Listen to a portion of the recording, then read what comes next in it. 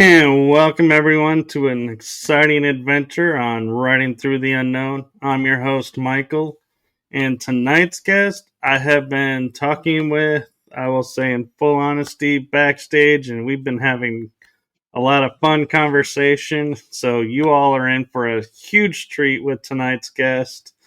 I am so blessed that he agreed to come on and be our guest tonight, and so I am going to stop apparently getting tongue tied and twisted in my thoughts, and I'm going to turn it over to my amazing guest to introduce himself because he has done so much. I just couldn't surmise it in a fitting way, so I'm going to leave it up to him.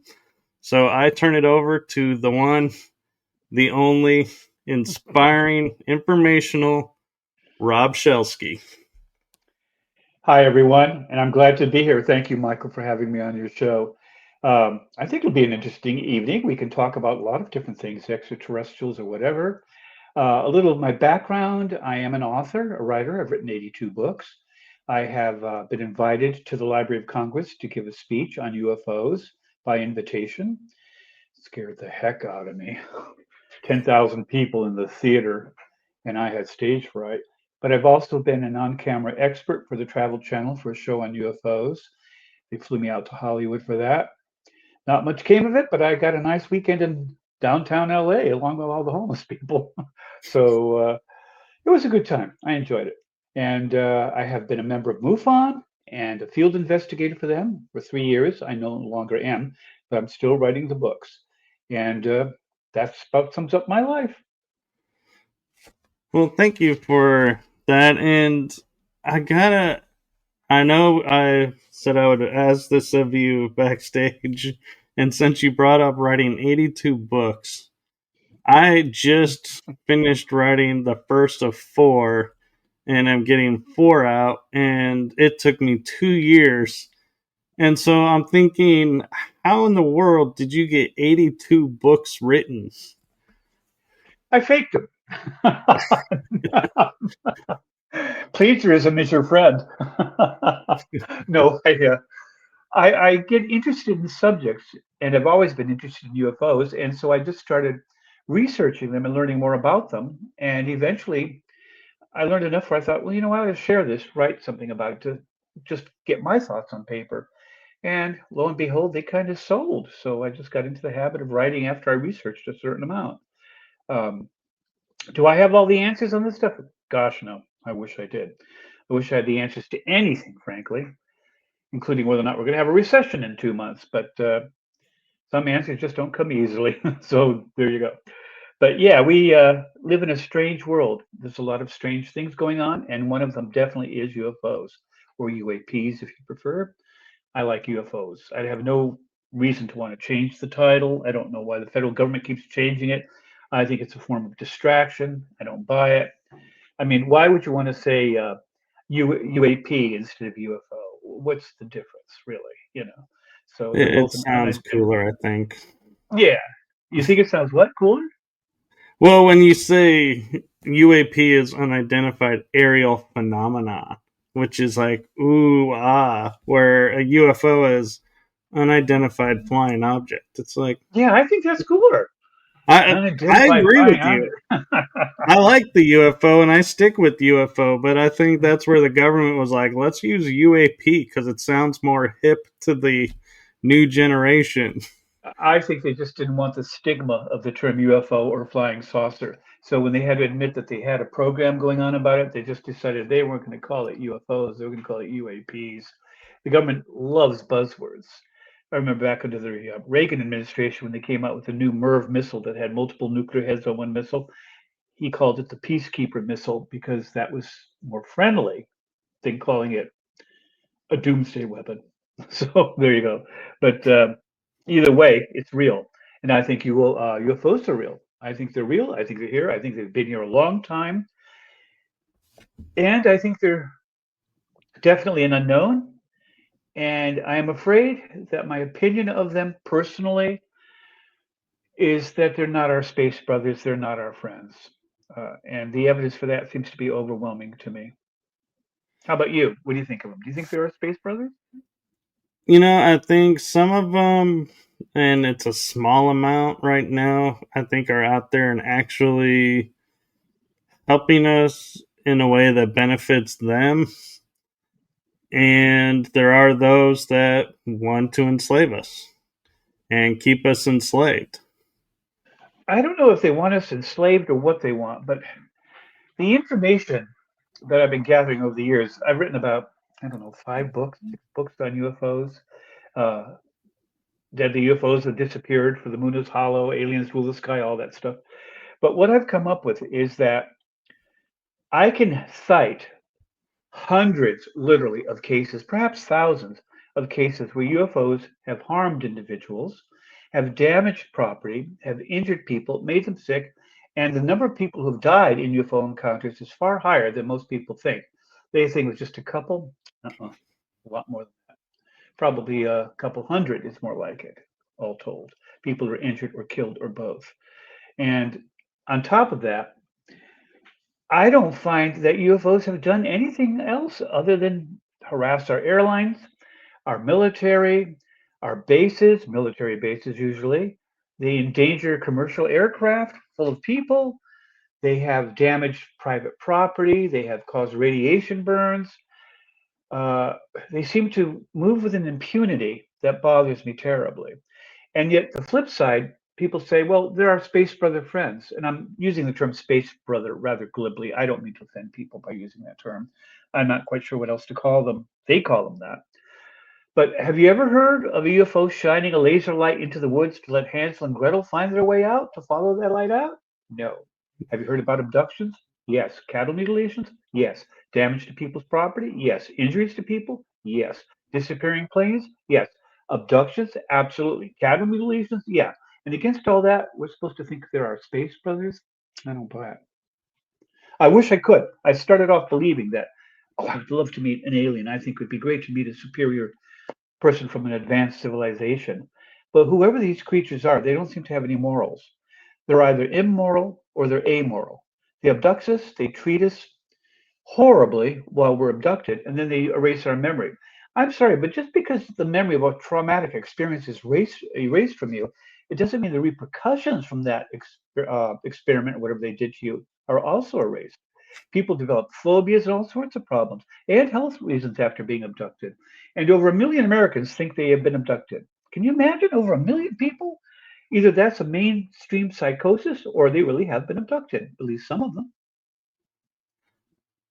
And what's interesting too is, you have instances where people say they went up in the craft and then they just, they don't remember anything come back, but then all of a sudden they're like afraid of things that they normally weren't afraid of. And, you raise a good point. Is that the mind's view of processing what they experienced has manifested in this new way so that it's like protecting you from another occurrence or experiencing that kind of feeling again.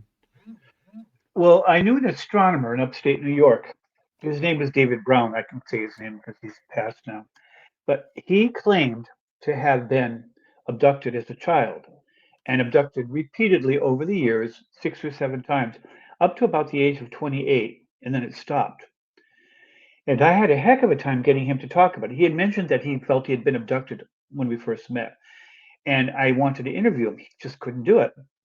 I do know that he was highly neurotic, smoked a great deal, and drank too much, and he never used to before all this took place, apparently. But he finally did a video and sent it to me. And in that video, and even in the video, he had a horrible time getting around to the subject. Drove me nuts waiting for it to happen. But yeah, he claims in abductions, and he can't remember a lot about them. But he does remember that it wasn't the Greys that abducted him. It was the blue ones, the short, squat blue ones, bluish ones, and they had a smell like wet cardboard, he said. And they would come in his room and take him when he was in bed. And I said, well, you sound almost regretful that the abduction started. I said, you sound almost like a jilted bride, David. And he said, "Yeah, Rob, that's kind of how I feel. I was special. They singled me out. They needed me. They wanted me for some reason, and then all of a sudden it stopped. It's like they just dropped me off in a car on the side of the highway and drove off and left me there." I said, "So you kind of wish it would keep on going?" He says, "Yeah, part of me does, because it made him feel special." So I, it sounds to me a little bit like Stockholm syndrome, like he began to become enamored of the people who were kidnapping him, and that's what they were doing, kidnapping. That's against human rights. Performing experiments on people, whether anal probes or otherwise, that is a violation of human rights. And just because you wiped someone's memory doesn't mean you wiped out the crimes you committed. And so that's why I think they're either immoral or amoral. They simply have no concept of morality as we know it. And have they been around here a long time? Yeah, we have evidence they date back probably to the caveman days and certainly to the time of Alexander the Great and beyond. Whatever these things are, whoever they are, whyever they're here, they've been here a long time. They may actually be another race resident on Earth that we're not aware of. Uh, we talk about shadow people all the time, glimpsing something out of the corner of your eyes and turning and nobody's there. It may just be that they've developed a pretty good technology and they have cloaking devices. They might be moving among us, but unlike reptilian aliens, they're not disguising themselves, they're simply hiding themselves. And they seem to be able to pass through solid objects, so do their UFOs. They don't seem to be governed by our set of physics, so either they've developed some new physics or they're from a parallel dimension. Because whatever they're doing, we don't know how the heck they can do it. It seems to defy all the laws of physics as we know them. That's true. And I wonder, because a lot of times, being, in the paranormal field, you walk into a building and you feel like something's there. You can't see it, but you can feel it's there. It's like you can sense, it's like all your senses except sight are like, there is something else in this room, and Hmm. I can't put my finger on where they're at just yet.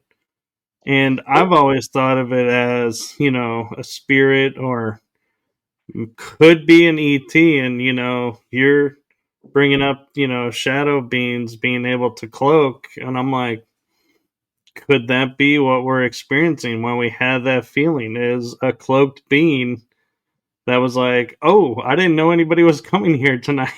I better hide and figure out what they're doing here. They're doing a pretty good job of hiding. No, they seem to exist.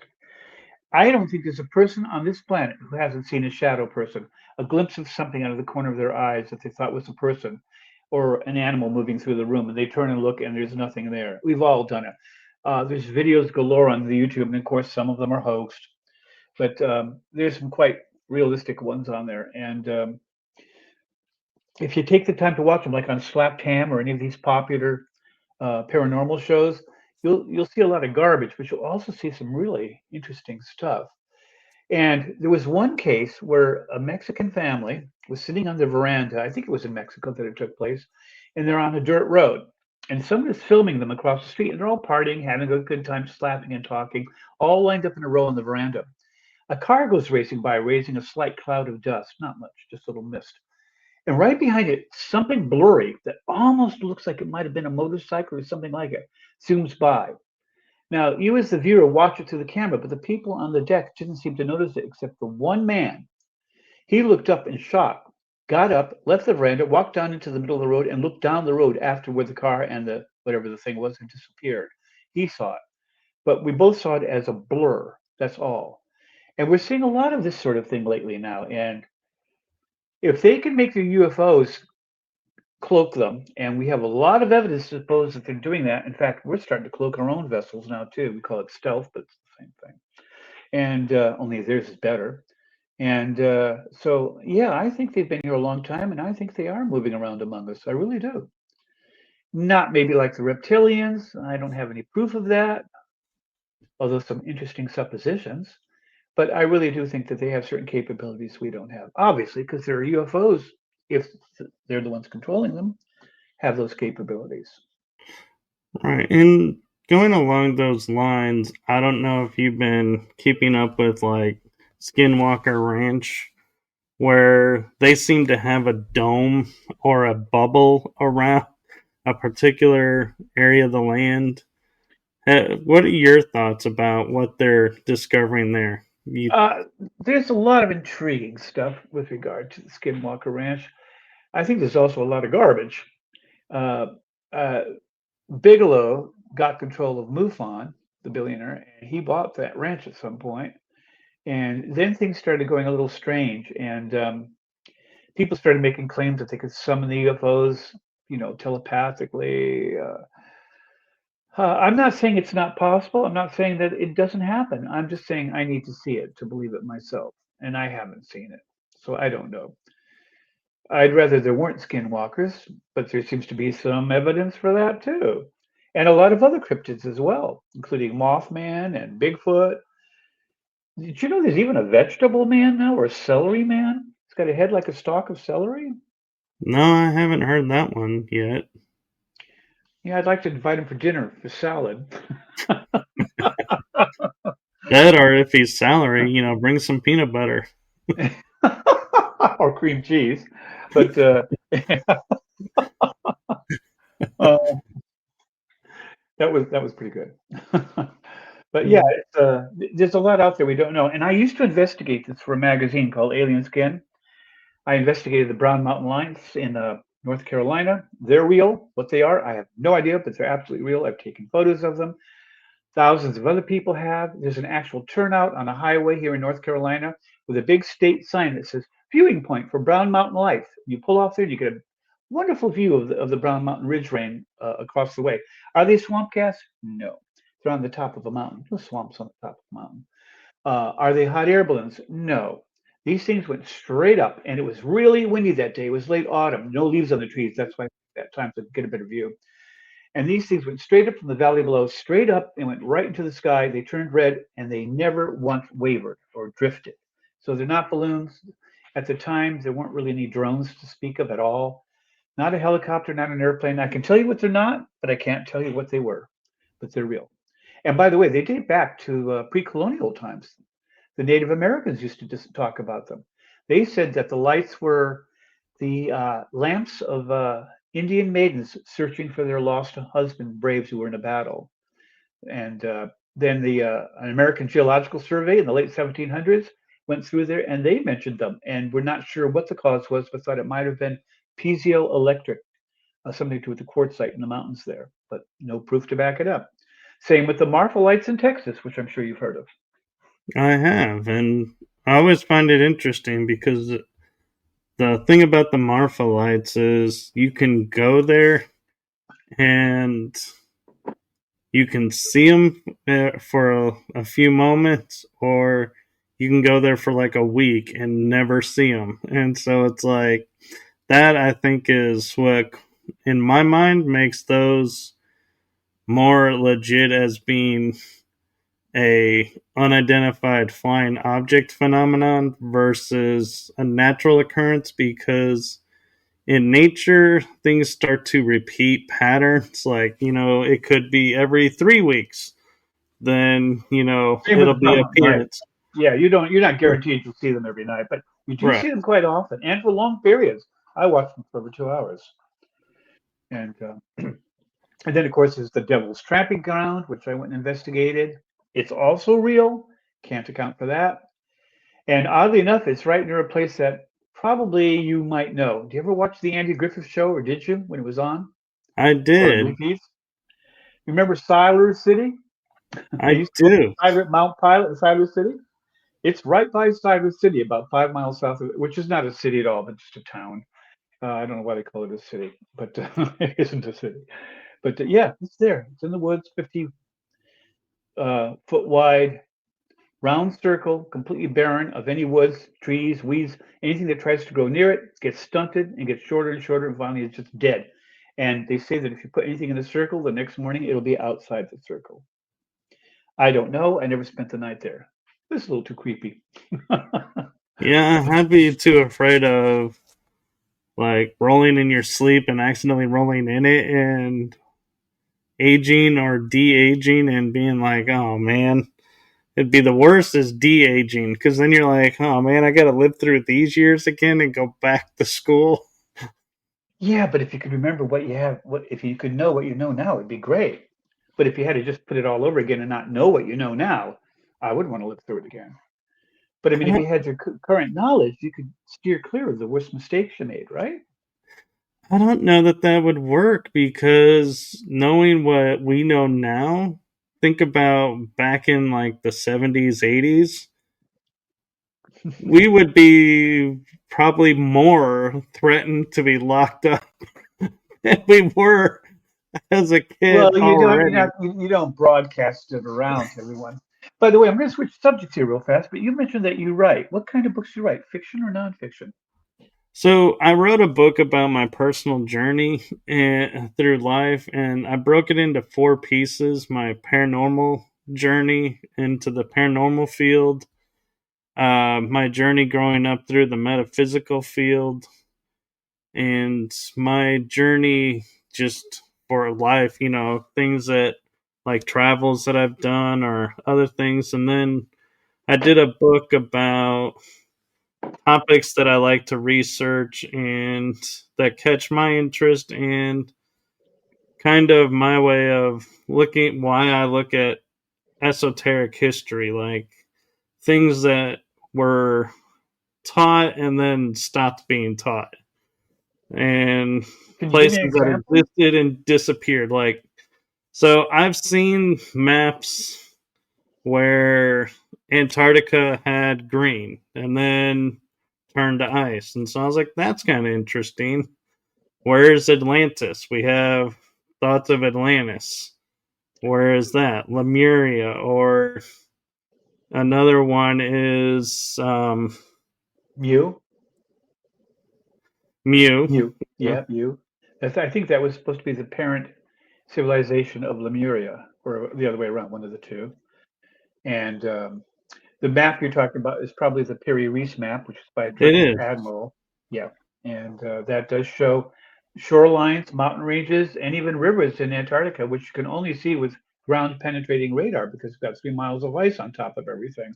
So how did they know that? We know darn well the 16th century Antarctica was not clear of ice.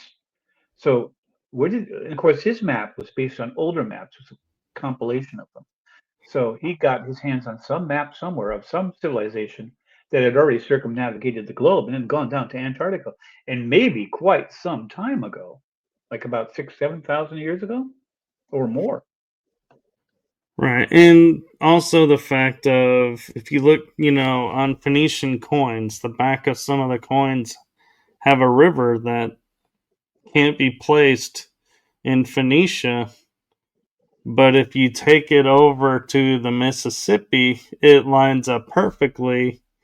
And so I like to talk to, on the show about, where are the Phoenicians here sailing the Mississippi, in which case America's history doesn't start with the indigenous crossing the land bridge, Yeah, and true. doesn't start with the Vikings coming over and the all that we were here long before, but then we left, and that's why our history goes dormant. And Why did we leave?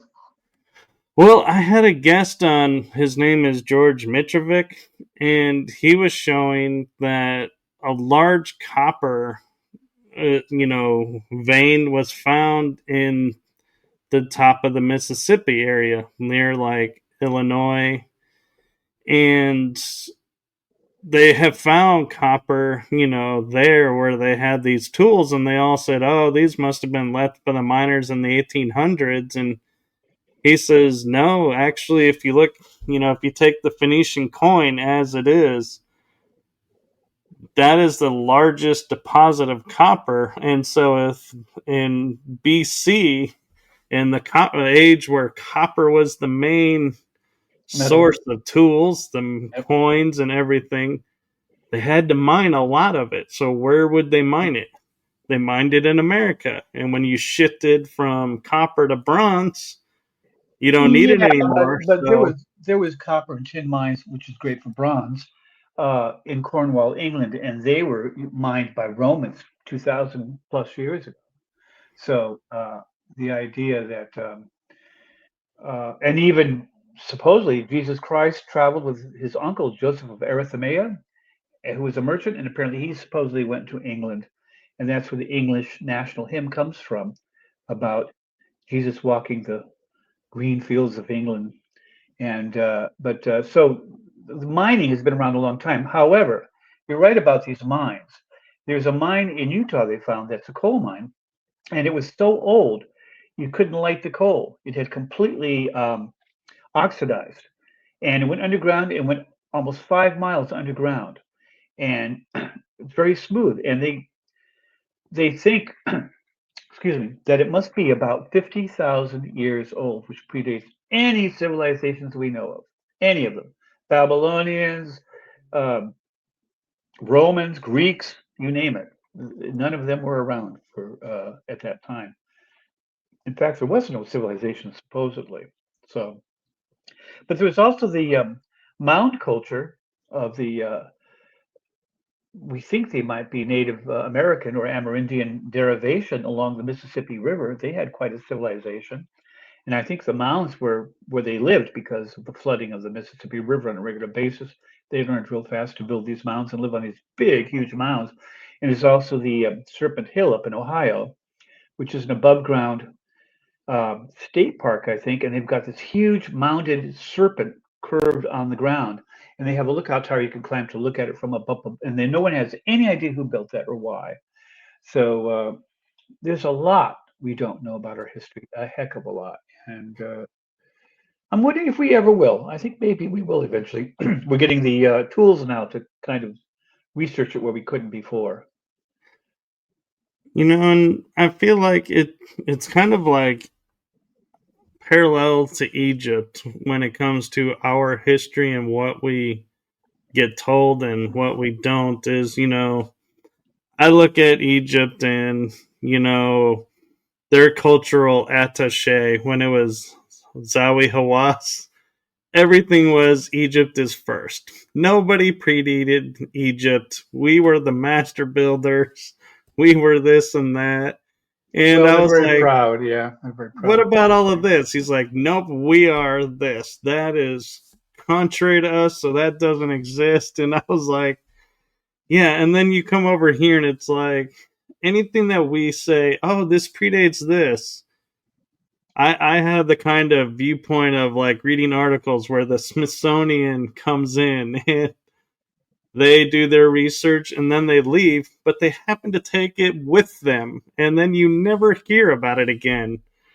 And it's True. like, so it's like I feel like we both had the same kind of system where we have agencies or agents that are this defies our history, this defies what we want people to think, so we have to hide it away or get rid of it. So that's what we do, and it's like, Well, academia is very controlled. And I have a real respect for Egyptian culture. If you look at my walls behind me, that's all Egyptian art on the wall, if you look carefully. And I have a registered Irish linen print up on this wall right over here. You can only see part of him. It's half of King Tut, you're saying. So, yeah, I'm a big fan of Egyptian art and culture. It does go back a long ways. The New Kingdom, the Middle Kingdom, and the Old Kingdom, they go back a long ways. But there were other civilizations before them. Göbekli Tepe dates back 12,000 years. The Babylonians, who had supposedly had the first city, date back 6,000 years approximately. And we only supposedly stopped being hunter gatherers around 6,000, 7,000 years at the most ago. So we can't account for Göbekli Tepe. And I have a horrible time saying that name. It's like a tongue twister. How that could have been 12,000 years ago and be so elaborate, so large, and so much of it.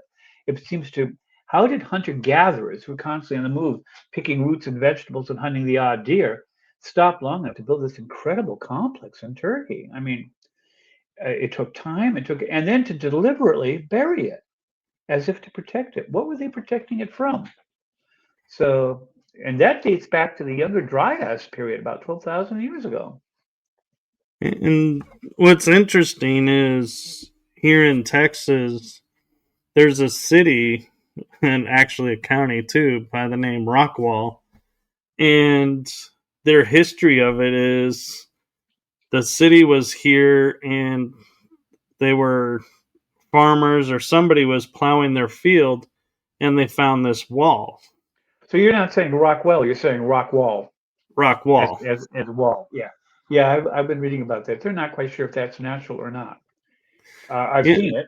It looks fake, or not fake. It looks artificial to me.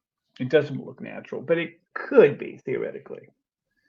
well, what was interesting is my parents went out there, and I don't know if if I might be confusing an article I read with their experience, but when they were when they were telling me about it, is they had exposed a part of the wall, and then there was like a ceiling level, and then there was more underneath that they were hoping to excavate. And I was like, in my mind, I was like, a stack of stone around that could be natural. It could have fallen and just piled up. I'll give you that.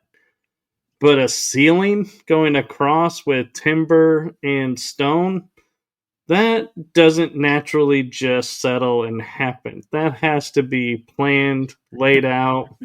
Yeah, you're right. It can't be natural. Yeah, at least I And, hope it's not natural.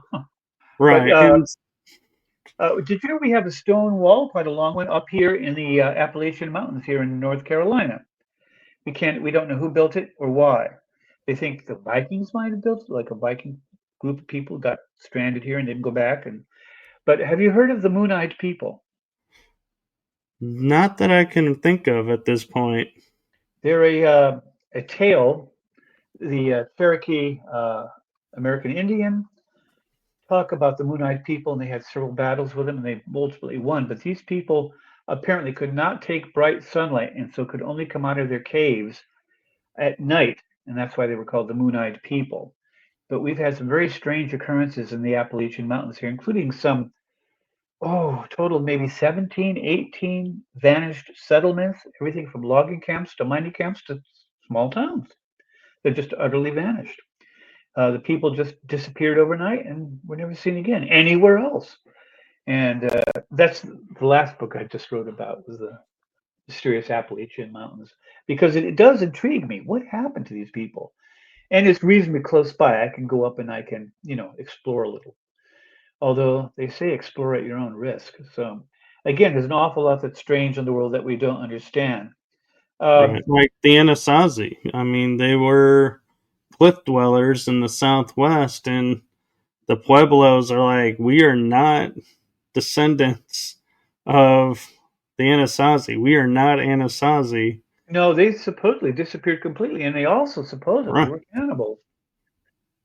And your average Native American does not like the idea that any American Indians were cannibals, but the gnawing on the bones and all that sort of thing, of the human bones, suggests strongly in some of their campfire pits and stuff that they were quite capable of inviting people to dinner, so to speak, and then never going home. But And what's interesting is like the Pueblos will say, we knew of them, but they don't go into their dwellings. They didn't take over their dwellings and say, hey, here's houses we could live in. well, They stayed away from it. And like you're saying, the fact that there are no bones, there are no like telltale signs of what happened, that's what's the most intriguing. Is it's like they were there one day, gone the next. they theorized that it might have been a prolonged drought that also affected the Mayans at about that time. uh, in Central America and the world in general, apparently, but they don't know for sure about that. Uh, I know that here, the Indians. I hope they don't mind the expression. I have some Amerindian friends, and they some of them prefer to be called Indians. They're hereditary. That's what they want to be called. Others prefer Native American. I'll call them whatever they like to be called because, after all, it's who they are, and I don't mind calling them whatever they would prefer to be called, but I'm not sure what to call them right now. So I'm just going to say uh, Native Americans mostly, and hope that I don't offend any of them out there. But they have a tradition of sacred places. We don't, and the pueblos were a sacred place to the Indians of today. They would not go into them. However, we always think of a sacred place as someplace holy and to be protected and to be respectful of.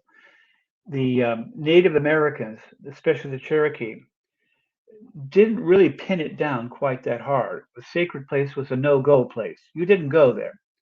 It was sacred for whatever reason. Sacred because something existed there, something evil was there, something good was there, or something powerful was there, and you didn't want to bother them. And we have a lot of those here on the East Coast. They date back quite a ways. And the Appalachian Mountains are full of those as well.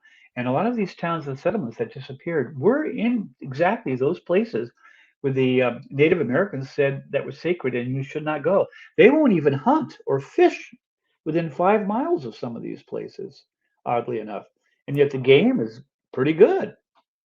So I'm not sure uh, what that means, except that there might be a very, very old, and for want of a better term, evil that exists in the Appalachians. They're very old mountains. They date back over 1 billion years. They're the oldest mountains in America, I believe, at least in the United States. And they have their mysteries. And the, when you go up there, you get that feeling. And by the way, you were saying that you went into a room and you felt a presence. Did you know that the feeling of being watched is an actual feeling and it's reliable? They've done studies on it. And people can feel being watched, and about 87% of the time, they were right. So even though you can't possibly know someone's watching you, you can have a feeling you're being watched. They think it might be some sort of survival instinct we've developed. But that means that when you feel a presence, it might not be, excuse me, feeling the presence so much as sensing someone else in the room that you're being watched. And with shadow people, that could very well be where that feeling comes from. Although I have to admit, do you ever feel afraid when you glimpse a shadow person or go into one of these places that presence is there?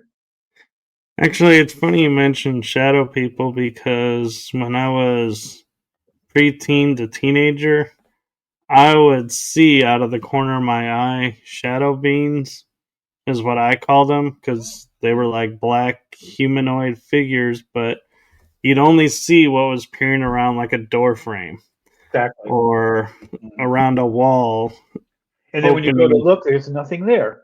Right. And And so anything I goes would back to play a none. game with them of I would be watching TV and I'd see out of the corner of my eye them getting closer and closer. When they got to a certain point, I'd turn and look and be like, "Got you."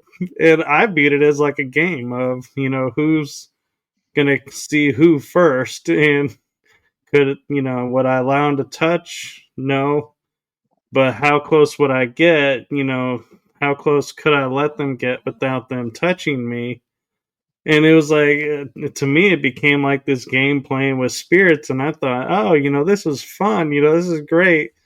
And then I I'm had a guy come on and goes, shadow beings are these dark beings, and you shouldn't, if you see them, there could be trouble. And I was like, I grew up playing with them. Yeah, I'm not sure if they're dangerous or not. They don't seem to be, but they seem very invasive. I mean, they could be in the room right now and you wouldn't know it because they're cloaked. Right. They're shadow people. And are they watching us all the time? Do we have any privacy? Are they in the bathroom when we're in the bathroom? Are they in our bedrooms? I mean, they seem to be anywhere they want to be, whenever they want to be. And they seem to be pretty much everywhere. And then on top of that, you have all the cryptids, like you have the Mothman. Although in England and Cornwall, he's referred to as the Owl Man, but he's a worldwide phenomenon too.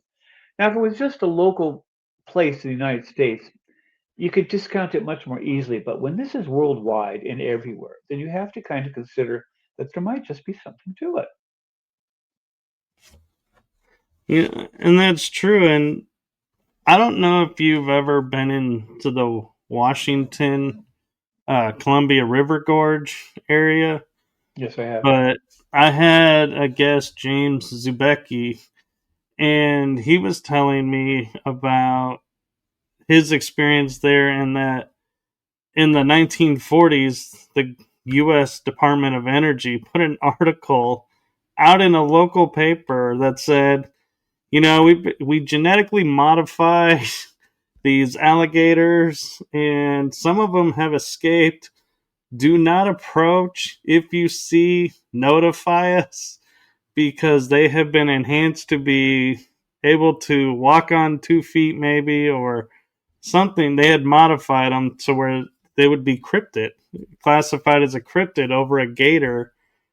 And the government said, yeah, we developed these because we needed to protect a facility for our nuclear program, With and alligators? all things can't operate in this water, so we had to find something. So we had a scientist genetically modify, and I was like, oh my god, they admitted it? And he goes, yeah, they admitted it one time. And I was like, no way. But alligators could live through a winter up there. I mean, if they were loose, they'd never survive a winter up in the BC Washington State area. Far too cold, far too wet. Well, it Well, depends on not what too wet, they modified them with, because they could have but they developed. modify them with fur coats.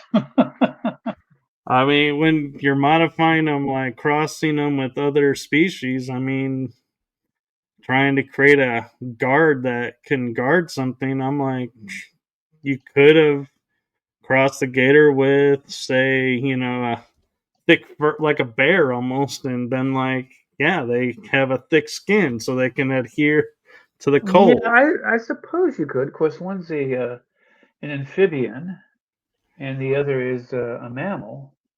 So that would take some doing, but they're getting pretty good at all that sort of. How long ago does this supposedly take place? Any idea?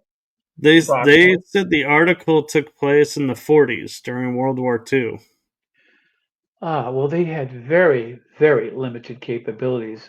They weren't genetically modifying things so much as they probably were breeding, breeding them for certain characteristic traits. We didn't even know DNA existed in the 1940s, and so I mean that all came later.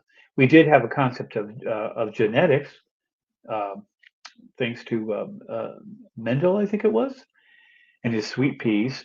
The pink sweet peas, the sweet peas, and the red sweet peas. You mix the red with the white, and you'll get, and out of four, you'll get one pink, one white, and I mean, one red, one white, and two pink. So that was about the extent of our genetics capability in the 1940s. So I don't think they're crossing it with mammals or something, although they could have crossed it with other reptiles, I suppose. Well, what they said was the scientist that was tapped was he had figured out how to take these small, I think it was like salmon or something, and food source was getting kind of scarce because of all the hunters, the fishermen, and everybody throughout the years just eating without letting the population repopulate. Hmm. And so he had looked at it and was like, and developed a fish that was bigger, meatier, and could grow faster. And Oh yeah, you can breed for stuff like that all the time. Look at all the dogs and cat breeds we have, and that's not right. genetic. That's just at least not genetic engineering. That's just breeding. Well, they say that when he figured out how to do that with the fish, is the government tapped him on the shoulder and said, "You're now going to become a part of this project, and you're going to help us develop these things." And he disappeared from history Hmm. once he entered that area. So I don't know exactly what happened there. I just know, like, from the articles, and there's a lot of cryptids in the River Gorge area, and so it's like I can't help wondering, are the cryptids there now from the government facility that escaped and are now running wild, and you know we think things would stay limited to there, but who says, if it's like, Mothman, if it's got wings, how's it You going to can stay there? fly. It'll fly anywhere. And look at Jurassic World. No matter what they do, they can't keep those darn reptiles on the island, can they? I know.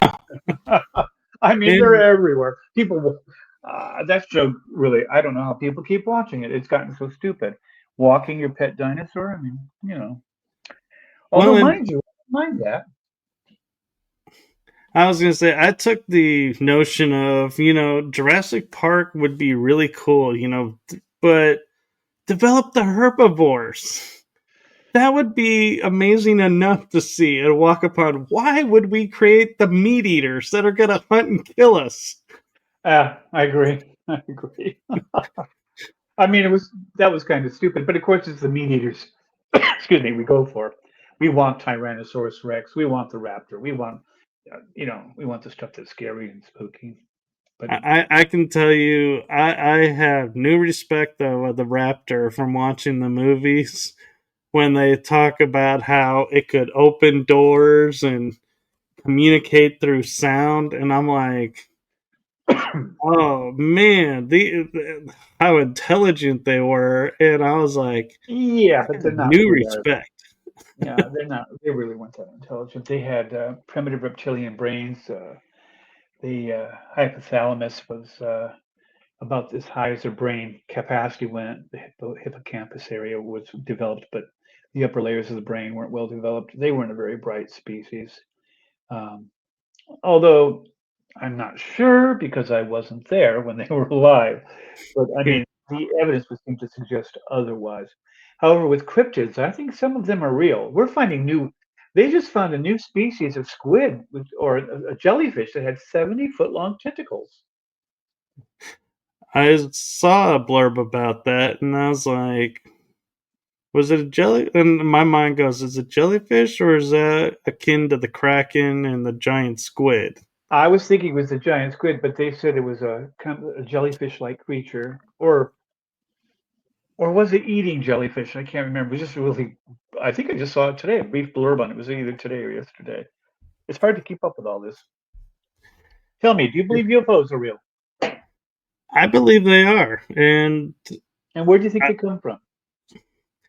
I think there are other worlds out there and galaxies out there, and I kind of poke fun a little bit, not in a mean way or a rude way, but when I hear like people going, I need to point a laser in the sky so a UFO can find me. I go, these people traverse time and space. I think they can find you if they wanted to find you, with or without the laser. Well, yeah, but I have to admit, I kind of did that one time. I was up in Pine Bush, New York. They'd had it was like a superstorm of UFOs, a triangular-shaped craft, were all around Pine Bush, which is the Hudson River Valley area. And I had a very powerful spotlight. It was 1 million candle power, and we would blink it and flat. We were staying out. One of the favorite places to view was near an old Jewish cemetery, so we were parked outside the gates of that, and we were flashing this at the sky. We saw several satellites, but never saw a UFO there. However, we did get a lot of the locals driving by and hooting and honking their cars and shouting at us, thinking we were idiots, and maybe we were. I don't know, but you try anything to try to find answers, and it was harmless and it was fun. We had a good time sitting out Yeah. there looking at the stars. Yeah, and I was watching a show, and it, is totally different, but it was about these bush pilots that fly doctors in Alaska because it's bush country. They don't have normal means of transport. And these guys were looking for treasure, and they had to use a laser pointer into the sky to see where, a certain line or something in this treasure map. It was part of it. And these kids shined it up, and the medical plane was flying by, and it hit the pilot in Oh, the eye, and he was like, I can't see. Somebody needs, the co-pilot. He's going to the co-pilot and says, you need to land the plane. I can't see. I just took a laser to the eye. it's not My eyes. permanent though, is it? It just dazzled him, didn't it? Well, for him, it turned out to be non-permanent. It came back after a few months, I think, or they were saying, or a month.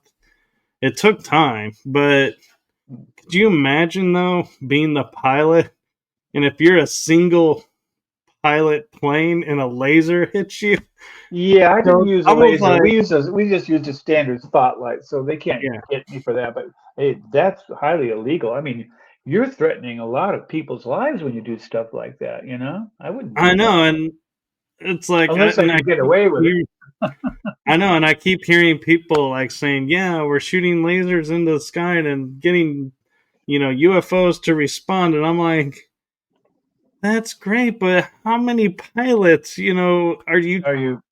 Yeah, sure there's definitely. no pilots in the airspace while you're doing this? Because Yeah, I don't think that's the best way to approach the whole thing, no, really. So, if you think UFOs are real, and you do, where do you think they're from? And you think they're from outer space? well, so You're some of mentioning them, galaxies and planets and things. yeah, I think some of them are from different stars out there that have planets, or could be a star that sustains life, and they have a craft that travels and it looks like light, which could make sense if they're a star. They don't have surface, so you can travel through light. So make your ship of light.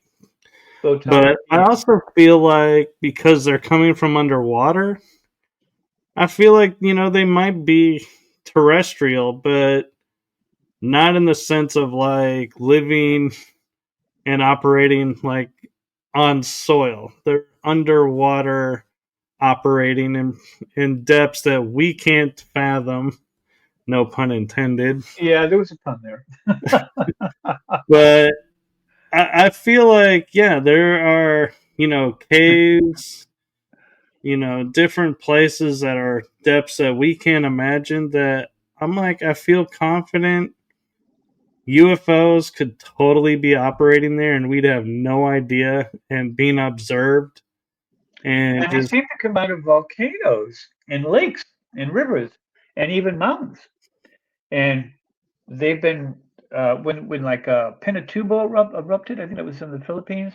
They spotted a UFO right near when it was erupting, and apparently it was a UFO because it wasn't moving. It wasn't a rock flying through there. It was just sitting there, and then it darted off finally to the had a across the horizon. So it wasn't something being ejected from the volcano itself. We know that. We don't know what it was and why it was there, but it was there. So, but I don't yeah. know how we can go on denying it. I mean, the government has so consistently and persistently denied these things that you have to come to the conclusion that they're lying. You know the old saying, methinks thou protesteth too much. And the government constantly seems to be protesting this.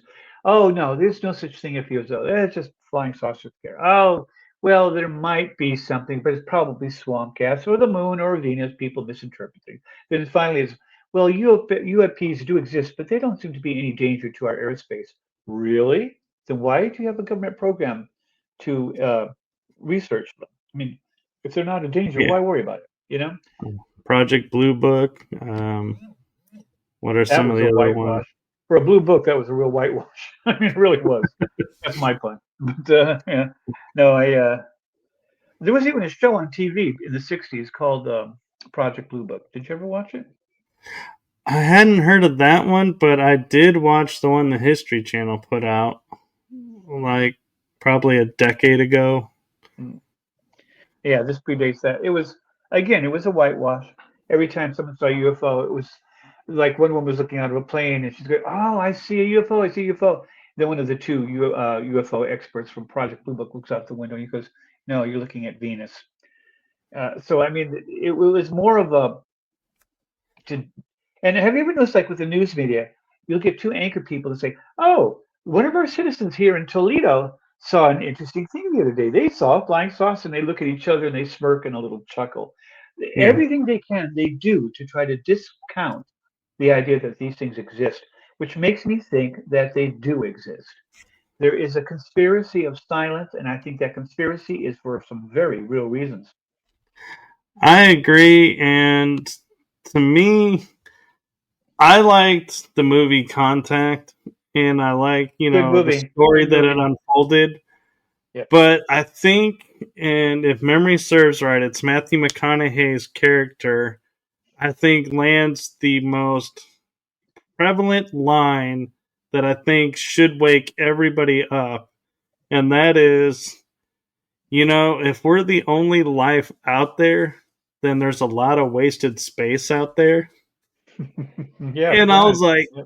to me, that was like the perfect line to sit there and say, y'all are nuts for And yet, saying, when we seriously try to think there might be people out there, then we're called nuts. Every scientist will say, well, the universe is a very big place. The likelihood that we're the only living creatures in it is pretty slim. There must be more. And yet, when you try to pin them down, like, is this new comet entering the solar system? Is that possibly alien craft or something? Oh, no, no, that can't possibly be that. It can't. Even before the thing gets into the solar system, they're discounting certain things, except for that one Harvard scientist, Loeb, I think his name is. But I'm afraid Loeb's a little bit on the nutty side. I mean, he really is. It just why would you ruin your credentials by spouting some of this stuff? I mean, if it's true and you have evidence to support it, by all means. But if you're just basically blowing hot air and nothing at all to back it up, then why would you self-destruct like that? That seems because what happens if you do find real information? Then no one's going to believe you. It's like a boy cried wolf. right, So, so don't. Now, if he's just hypothesizing, but when you hypothesize and all the newspapers are lapping it up and posting articles every week about this professor from Harvard, that tells me that it's attention getting rather than actual serious science at work here. And you have to be careful with our science culture. It exists on grants. If you want to do any research at all, you have got to get a grant. You have got to have the money. And scientists have been warned since the 40s and 50s. Do not submit anything to do with UFOs. You'll be laughed out of the office. You'll be laughed out of your university. You will lose all credibility, and your reputation will be ruined permanently. And it happens a lot. And so, in order to get these grants, they have to steer clear. UFOs are the third rail of scientific research. No one wants to touch them. No one dares go near it because it destroys you and your reputation as a scientist if you do. If you take any of it seriously, that's how seriously the government and the powers that be have been pushing to keep this under wraps by absolutely ridiculing and destroying people's careers and lives anytime they push it too far. I don't care if it's Bob Lazar, who actually did work at Livermore because an internal phone book showed his name in there, Bob Lazar, physicist. They actually had it on camera on the news channel in Las Vegas at the time, Channel 8. And I think it might have been George Norrie or his co host that was the interviewer. And so he existed and he said, they're going to erase me. And they did. They lost all his college paperwork. It no longer exists. He no longer has proof that he's a physicist. They've made him a non person. And they were they didn't do it quickly, but they did it over the next few years, and it didn't take long before he was utterly discounted for a long time. Now he's had a resurgence where people are saying, some of the things you said seem pretty accurate. So now he's sort of coming back into the limelight again. But for a long time there, he was out in the hinterland somewhere, but he wasn't here, and that's a shame. He it dared to. is. And No, we're actually at the top of the hour, so do you need to go or do you have time for a couple more questions? no, I have time for a few more questions. I noticed Okay. you're getting people posting things. Is anyone posting any questions they'd like answered? Not yet. But one question I have, and it's something we were talking about before we came live, and I think, kind of what you were talking about it, is an interesting story that we should bring up, and that is talking about the moon and how you describe it as being a hollow thing in space and not a celestial object. Well, I think it is a celestial object. Oh, Uh, it is. Okay. yeah, I mean anything in space is a celestial object, right? Even a satellite. But it's I don't not sure if the moon is hollow or if it has very large lava tubes or caverns in it, but there's a lot of evidence. Again, no smoking gun, but a lot of evidence to support the idea.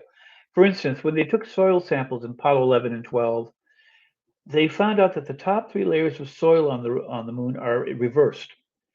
The densest stuff is on top, then the next densest, and the lightest stuff was the third layer down. We can't account for that. Take soil at random from your yard. Take a handful, put it in a glass of water, shake it up, let it settle. And always the denser material goes in the bottom. It'll form in layers, the lightest stuff at the top. That's just how nature works. It's called gravity. Now, on the moon, it's reversed. At least the top three layers are. That's one thing. Another thing is Neptunium. There's an isotope of Neptunium. I want to say 227 or 237, something. It's been a long time since I actually studied it, but it's on the moon in fairly good abundance. Now, it shouldn't be because it has a half life of around 2 million years approximately. So, if you started off with some Neptunium on Earth 4.5 billion years ago, by now all of it should have degraded into another form.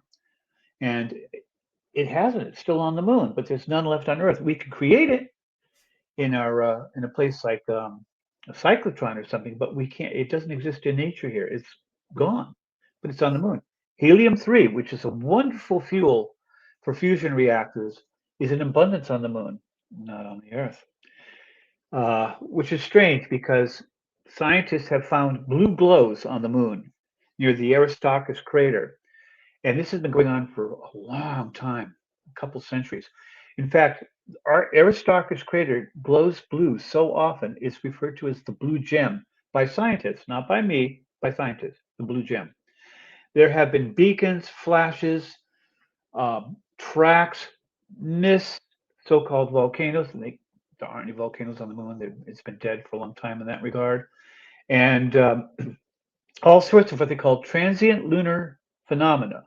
Now, this was a report commissioned by NASA itself. It extended over 500 years, about back to the time when the telescope was invented. They wanted fairly good observations. And these transient lunar phenomena have been seen ever since. Another thing with the moon is that it shouldn't have any mist. It has an atmosphere that's virtually a vacuum. There should be no mist on the moon. They've seen lightning on the moon. They don't know how there can be lightning. Lightning usually has to transfer through some kind of medium, like air and that sort of thing. We can't account for it. And also, the moon is a very strange place because the near side of the moon is covered with these big, flat, dark gray areas called maria, which literally is Latin for seas. The ancients thought they were seas they were looking at when they looked up at the moon. These marias are huge lava fields. They're on the side facing the Earth. There are no maria on the far side of the moon, only on the near side of the moon.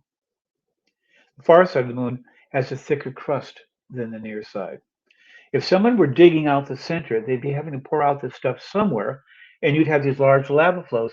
Plus, you might have soil in reverse, because when you're digging it out and dumping it, you're reversing the order of it. That would make the densest material on top and the lighter materials underneath.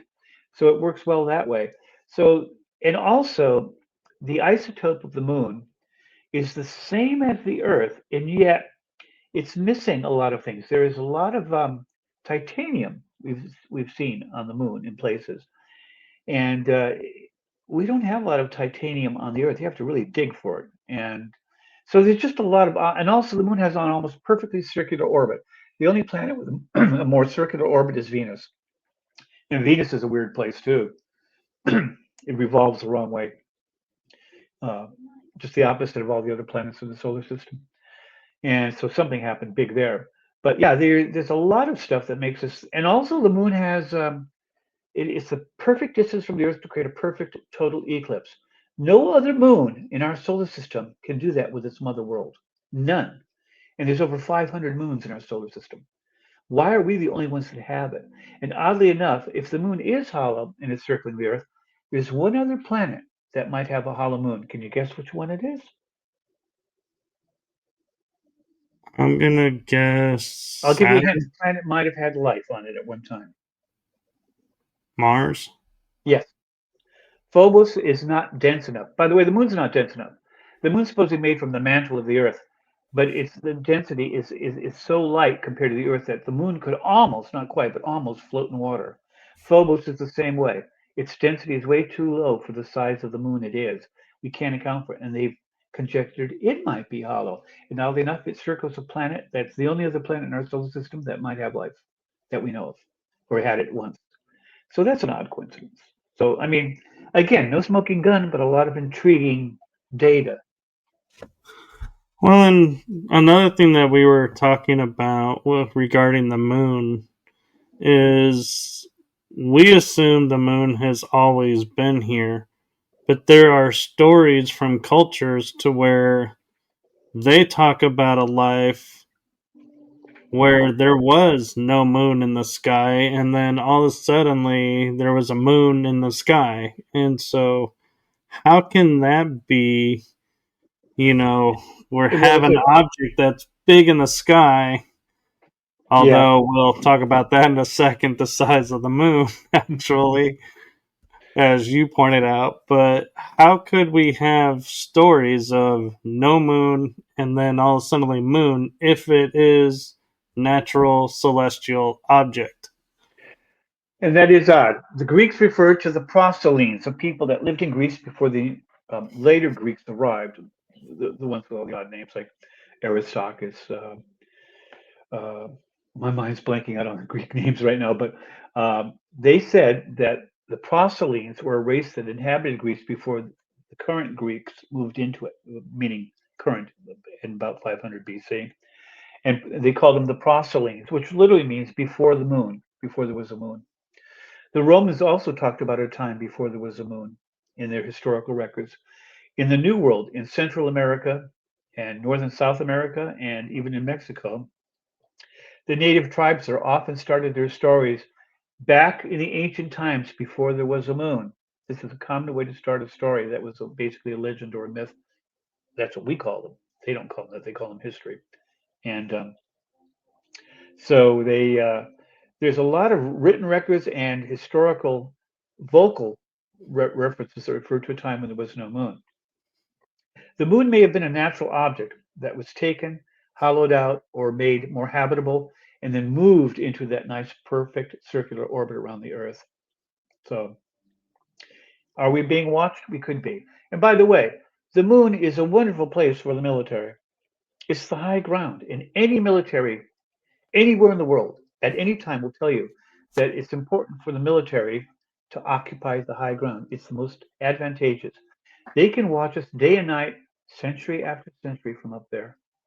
And there was not a thing we could do about it up until very recently. And even now, we're pretty limited.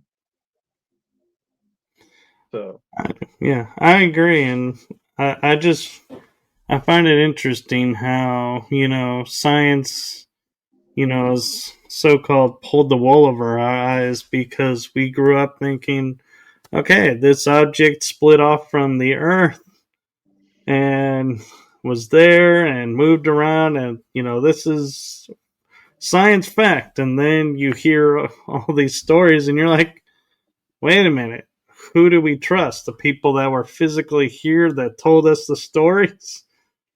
Or do well, you trust the science today? And it's like, it's a mix because everybody knows, like the game telephone. You tell one person, and by the time five or six people get it, you don't have the same story. story is completely different. Yeah, quite weird usually too. Well, science is based on the idea of the scientific method. You have to have provable results that can be repeated by other people. That's the maxim of science. And that's why I go with it because it's the only thing we have. Now, it has been growing. For instance, in the 20s, there was a gentleman who came up with the idea of continental drift.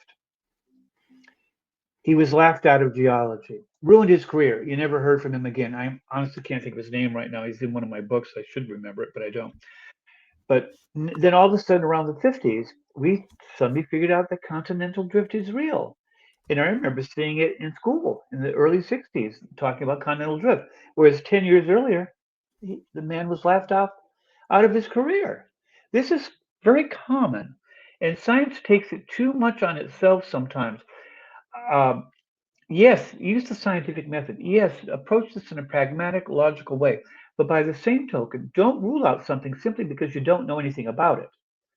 If you don't, if most of these scientists have never studied American history or European history, and they don't know about these stories that the Central American people spoke, or the Greeks or the Romans spoke about a time when there was no moon. All they know is there's a moon in the sky. Although one scientist at NASA, McDonald, I think his name was, said it would be easier to prove the moon doesn't exist than to prove it exists. Because the moon does ring like a bell. That's another thing it does. And it can ring like that for several hours. How can it do that if it's solid? Rocks will ring Right. or vibrate for a very short period, but not for hours. Yeah. I looked it up, and according to AI, because that's who Google gave me first, it's Alfred Wegener. That's it. Alfred Wegener. Yeah. He's the one. Yeah. They utterly destroyed that poor man. And he was right. He was right. But at the time, continents floating around on the world like they were islands on a sea, not likely. Well, and I think the part, where they say like Pangea, where we were one massive island that drifted apart, they looked at, it's like you look at the continents now, and it's like if you were to just push them back together, they wouldn't fit. And so, like, no, there can't be a Pangea. But it's like if you tweak them a little bit, like turn one maybe on its side, it's like all of a suddenly they fit. And it's like, Yeah. hey, who's to And you say? quite clear that South America fits into Africa almost perfectly, and that North America, if you tilt it slightly, it meshes with Europe very well, and Australia and India, the subcontinent. Oh, and it's not just been the one. It's not just been Pangea. We had Gondwana. We had another one called Rhodesia, something or other. But we've had a lot of supercontinents. I think 5 or 6 of them at least. Well, and what I find interesting is, we talk about, life, and, we have bones of dinosaurs that are in Africa, that are in North America, and are in, Europe. And South And it's America. like, you can go, well, I can see how Africa could get into Europe. They're giant. They could have probably crossed the Suez Canal like no problem. But how do you go from Africa to America? And I'm like, they had to be connected Well, at some and point. that's more proof because if you look at Australia, they have a beautiful flower, very large and big, called proteas. And the only other place in the world that has them, I believe, is in Africa, in South Africa. Now, Australia and South Africa are widely separated, but they both have the same plant that evolved, Protea protea. So they had to somehow have been together because Protea does not float on the ocean waters. It sinks like a stone. It just couldn't have made it to Australia over across the Indian Ocean. And this is true of other plants and animals too. But yeah, it's interesting how the Earth is evolving, and we're learning more. But the thing is, people say, "Well, science taught me this, and now this is true, so you can't trust science." Yes, you can. Science is a learning experience. Every year that goes by, we learn more. It took the entire history of the human race up to about 1957 to accumulate all the knowledge the human race had in 1957. It took all of history to get there. Then it only took 15 years to double that, and then it took half that time to double that, and then half the time to double that. We're rapidly reaching the technological singularity, where information is flowing so fast that we can't even predict what will happen in the next minute, let alone the next few days. Right now, we want to be able to predict economies, finances, even the weather. But with the technological singularity, the information pouring in, we're getting oh, gigabytes and gigabytes and petabytes of information from satellites and things orbiting other planets. It's entire encyclopedias of information are pouring in every few hours. How do we correlate this stuff? How do we index it? How do we search it so that we can find it when we need it? It's becoming a major problem.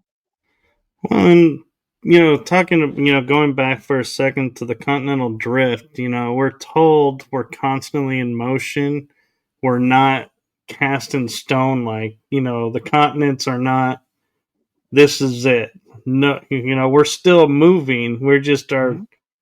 we're moving. I guess we're either moving with it so we don't feel it, or it's ever so slightly that we just write it off. But I look at like Alaska being so close to Russia, and if they collide, does that make the rest of North America will swing up into Asia, or how will those merge? Well, And it's actually, like, another supercontinent, it will form, they think.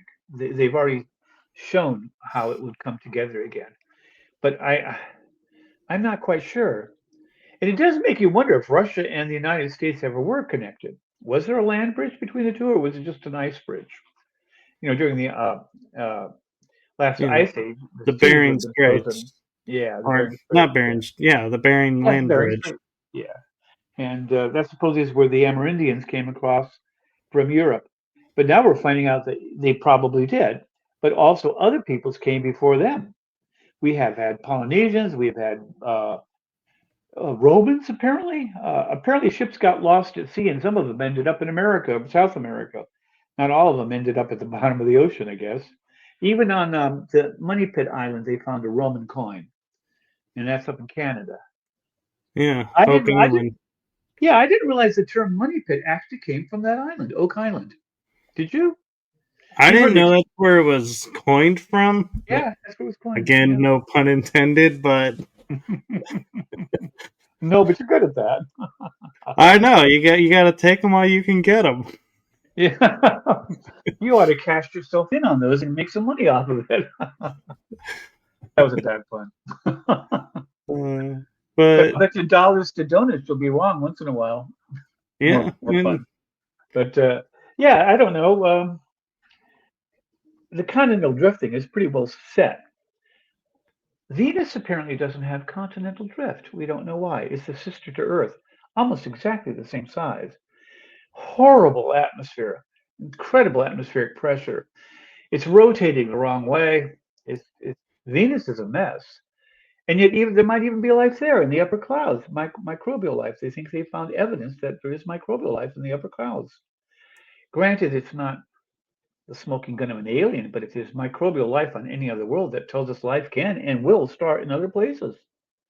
well, and look at Mars. I mean, we were told all throughout our lifetimes Mars was lifeless, and now they're like, oh no, there's water. So we found water on Mars, so life And is on the moon, possible. and on the moon, we found water on the moon. Yeah, I know. It's funny because when I was young, they didn't know if Mars could support life or not yet. It just wasn't. They were still conjecturing that it could be. The first drawings of Mars by astronomers showed canals. Those were actually named for the Italian guy who named them, and he called them canali. So we right away thought canals on Mars. Well, actually, that term means lines or like straight lines. And when you look at the early diagrams of Mars, it shows this odd network of lines spreading out across the planet. And that's how we saw Mars. Now we don't see it that way anymore. Did And Mars change, or did we change, or did the Mandela effect have an effect? those are all are possible. And Hmm. Yeah. what So I find interesting too is, we have like Edgar Burroughs who wrote a book about life on Mars. Edgar Rice Burroughs, and he wrote more than Yes. one book. He wrote tons of books. And, he postulated all of this, and everybody laughed and was like, no. And they couldn't even make a movie for 100 years to truly show what he was talking about because our technology was not there, is No, what our, they C, our, say. our CGI wasn't good enough until quite recently, the last couple of decades. Yeah. I was So, watching Babylon 5. I love the Babylon 5 series, but the CGI in that compared to today was pretty awful. well, I mean, look at Star Trek. I mean, as the series evolved, Well, they different use models. shows. They actually use not so little. They use models of the Enterprise and stuff, actual models, and they'd hang them in a dark environment. So they were, and did you know Star Trek was one of the last ones to switch over to CGI? They really wanted to stick with their models. I did know that, and one of the things that has had me most curious about the original Star Trek series is all the shows they knew were popular.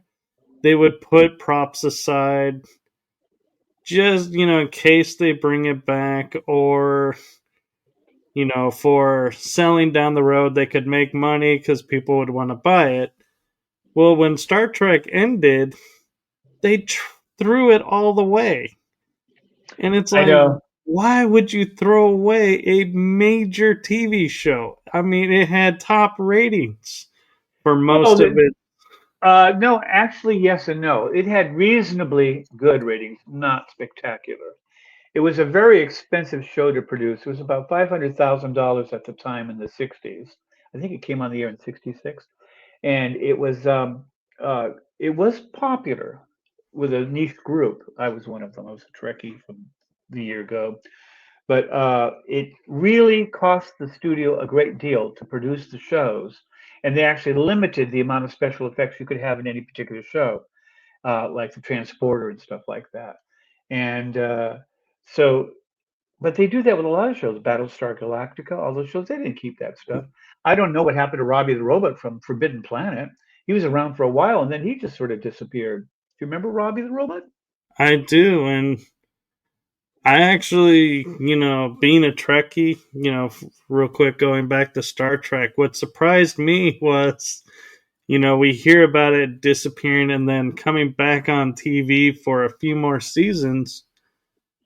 And I don't think a lot of people know who the driving force of the resurgence of the TV show was, because it was a source nobody would ever expect. And that was Lucille Ball, a comedian. That I did not know. She was the reason. She went to her husband at Desilu and said, "We need to put Star Trek on. People love it. We need it to be airing." And he was like you were saying it's too expensive. She goes, "Then I'll pay for it." And she paid. I think it came out that she paid for some of the season out of her own pocket. And then Desilu was like, "Hey, we're actually making money with this show. Which Let's which series are we talking about here? the original series." The original series was on for 3 years and never came back. It was canceled after the first year from CBS, I think it was. And then Lucille Ball fought, and Desilu brought it back for the next two seasons. I saw it on a Star Trek behind the scenes deal that Lucille Ball was one of the main components of keeping Star Trek on the air as a TV show. Did you well, I was there at the time, and I have to tell you, I only remember the show being on the one time, and I remember, yeah, it came on in 1966, and it went off in June of '69. Total number of episodes was 79. The original run lasted 2 years and 9 months. That was it. And then the next Star Trek show was Star Trek Generations, and then of course you had Voyager and Deep Space Nine. Yeah, it's here it says Lucille Ball's connection to Star Trek is significant because her production company, Desilu Productions, produced the original series, as she personally championed the project, even financing a second pilot after the first was rejected by NBC. Oh yeah, she did the original series. Yeah, it was a Yeah. Disney production. Yeah, but they didn't bring it back on the air. It was on the air for 2 years and 9 months, and then that was it. Well, It's I think they amazing. call it bringing it back on because the first pilot failed and everybody was like, nope. And then she said, let's do a new pilot. And it brought it back on the You're air. right. Jeffrey Hunter was in the original. He was the original Captain Kirk in the what was that called? The Menagerie. The The original pilot. Menagerie, yeah. Yeah, that was the original. Yeah, good series. Good series. I love Star Wars too. At first, I'm not real crazy about it anymore. It's No, Disney kind of. yeah, they kind of did, didn't they? Yeah. I don't know how they did it. They took a multi-billion, super popular series and made it to And where now totally everybody's screwed like, it up. Yeah. we're gonna go watch something else. The only thing left that I enjoy is The Mandalorian. I You know, agree. that was about the only thing that I left. And I don't know. They seemed like the minute Disney took it over, they started repeating. The fourth episode, to me, was the same as the very first one. I think it was the fourth episode. The first movie was about the Death Star and the rebels and all that. And the second movie was about a whole planet that became the Death Star and it could put out a sun. But it was the same exact thing. Empire's trying to get to it. The rebels are trying to get to it. And of course, Han Solo died in that one. But I think that was the no, that wasn't the fourth one. I think it was like the how many Number books? 7. Yeah, There's 9. 7. Yeah, I think it was number 7. Yeah, I was going to say they did 6 of the original, and they were already beginning to fade. And then the seventh one came out, and I thought it's well done, but I've seen it before. This is not new to me. You know. Yeah, and I gotta admit, 7 and 8 kind of were like, yeah, we're doing the repeat of the first, 2 trilogies now, so to speak. And then they But the got ninth yeah, movie, kind of, I was like, man, they should have done this one to start because it was like totally opposite. And it was like, man, this opened the door to so many other opportunities of movies coming. And it's like, this is where we should have started the third trilogy. probably yeah. I do think the original trilogy was pretty darn good. I mean, I remember the line snaking around the theaters back in 1977. And I went and saw it 4 times, and I waited in those lines, and it was like a happening, an event. Everyone in this line is talking and laughing and joking and doing all this, and it was all to see Star Wars, the original movie again. It was the first real breakthrough sci-fi movie that I remember, outside of maybe Forbidden Planet, that actually was well done. It wasn't a cheap B movie, science fiction movie. Yeah, As so many of them were. Now, don't get me wrong, there were other movies that were good too, Close Encounters of the Third Kind and stuff. They were all getting very good in the 70s.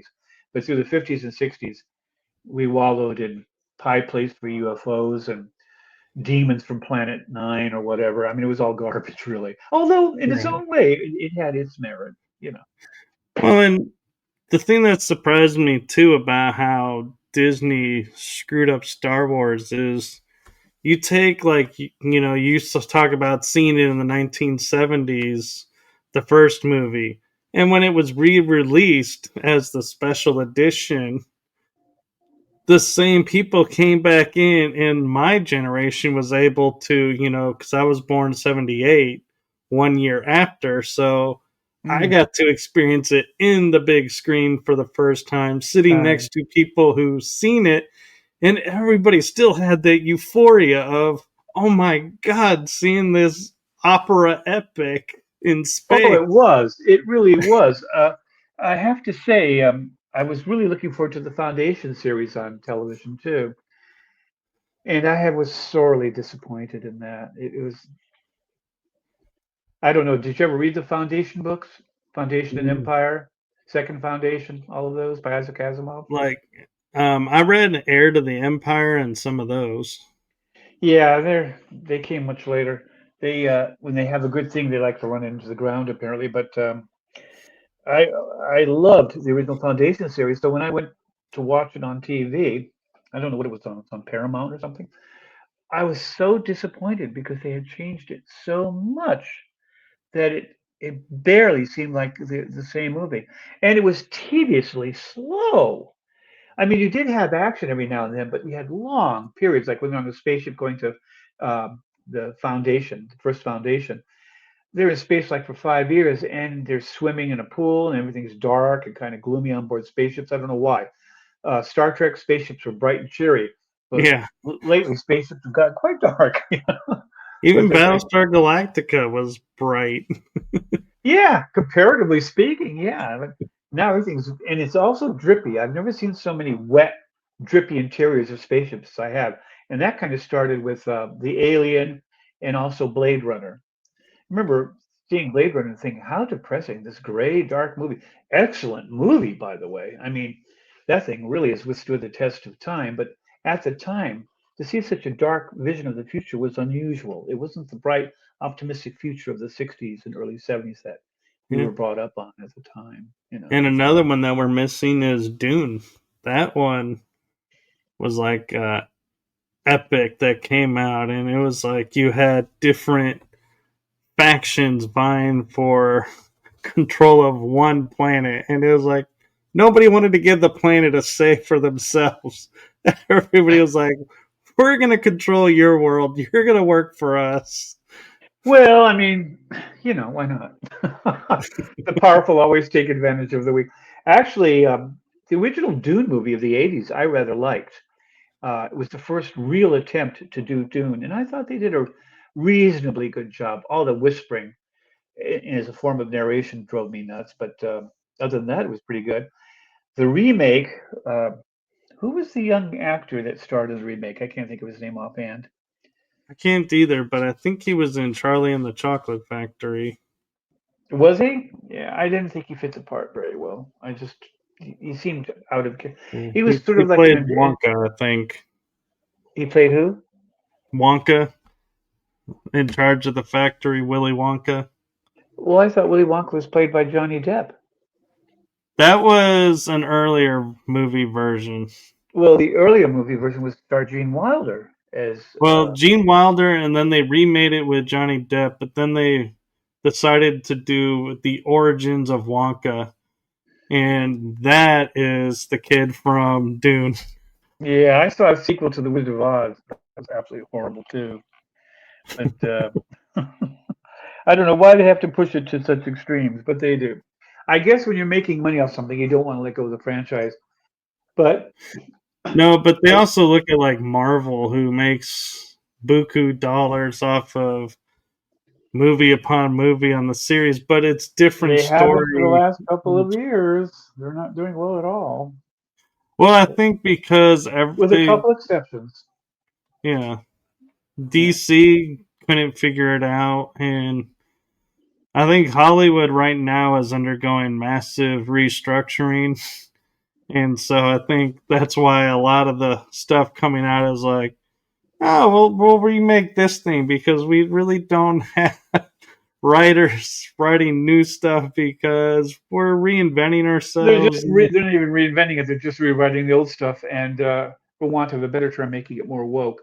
Which some of it needed to be. We needed to be more inclusive with women and other races like that. Absolutely. The days of an all-white Hollywood should have been long gone by now. But by the same token, in the effort to make it more relevant to people of today and the younger generations, they've also hamstrung and gutted a lot of it. Um, Isaac Asimov was an astrophysicist and a great sci-fi writer. He did the whole I, Robot series, the three laws of robotics in Star Trek. They talk about Data's positronic brain right out of I, Robot. The Bicentennial Man was a movie based on the I, Robot series. He was terrific. But in redoing the movies, they wanted to make it more current and relevant to people. And in the process, I think they kind of gutted. Yes, he was in the golden age of science fiction. Yes, it was always men in space opera, and the woman had to be saved. That should have gone long ago, and it did. But finally, but by the same token, if you go too far in that direction, you're obviating the very crowd that's attracted to these movies. And you know what crowd is most attracted to Star Wars and space opera type movies. I'm sure you know which Oh, crowd yeah. would be the young male adult.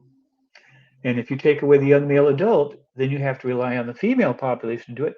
And a lot of there are exceptions, of course, and a lot of exceptions, but a lot of women just aren't that into space opera. They'd rather watch a good romance or mystery or something like that.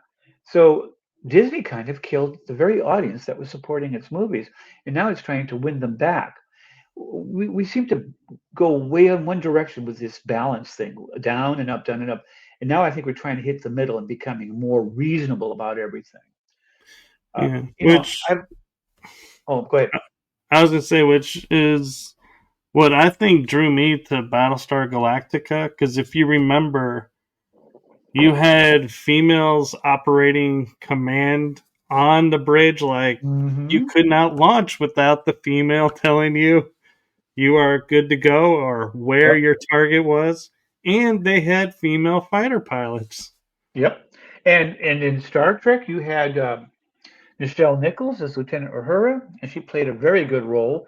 And you had Yeah, others, but again, they weren't quite on the same level as the male roles. It was they were the ones always having to be yeah. saved by the men, you know. Well, And and not to toot Battlestar Galactica too much, but they also had the first female doctor. Because remember, occasionally there would be the male doctor who would come in and talk, but he would always ask Cassiopeia her thoughts, and she would say, "Yeah, I agree." And it was more like she was the chief medical officer than Officer, he yeah. was. Yeah, no, the one thing I liked about Marvel is it did bring women to the forefront and made superheroes of a number of them. But by the same token, it almost went too far, and it had one movie. It was all women superheroes, and they just lost the young male adult crowd. Unfortunately, the young male adult crowd likes what it likes, just like women like what they like, and they want to see men duking it out. They don't want to see women humiliating the male figure, and any more than women want to see the male humiliating the woman figure. I mean, with what they did with Marvel is akin to what we did with women in the 1950s. Their place was in the home. They were supposed to do the ironing and the housekeeping and being very happy doing it. I don't know anybody who was, but and by the same token, then that's what they did in reverse later.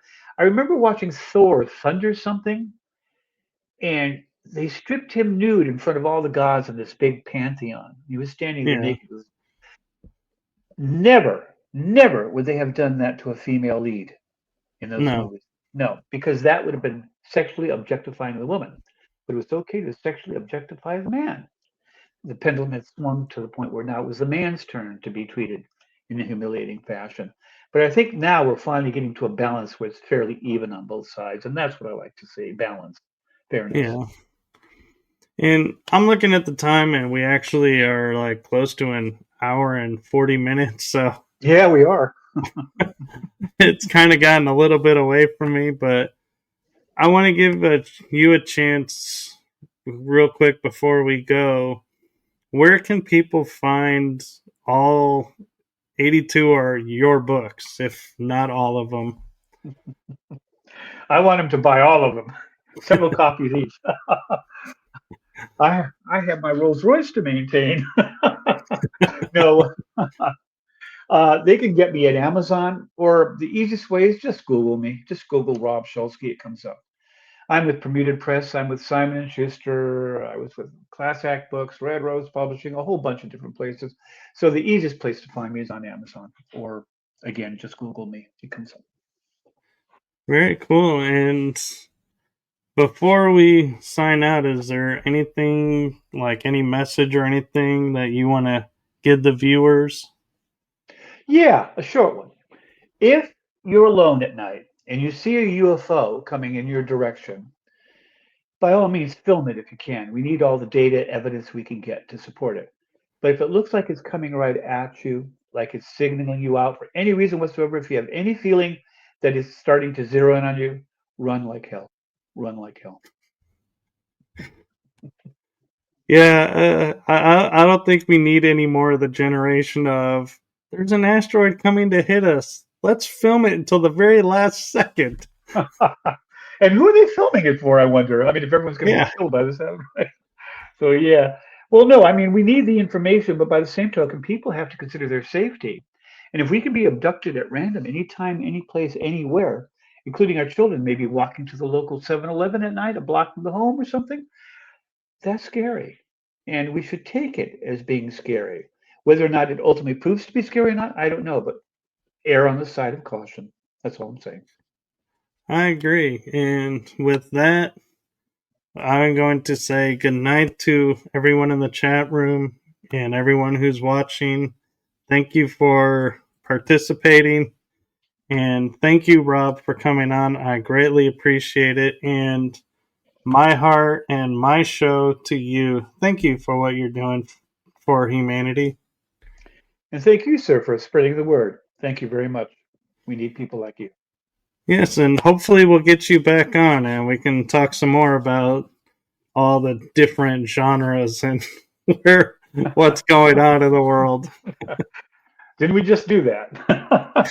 I know, totally unscripted, and hey, it worked. It worked well. And again, I thank you for letting me be on the show. That was nice of you. Well, you're welcome anytime. Well, you have a good night, sir. Thank you. You too. I'll try. And good night, everyone. And good night to you, sir.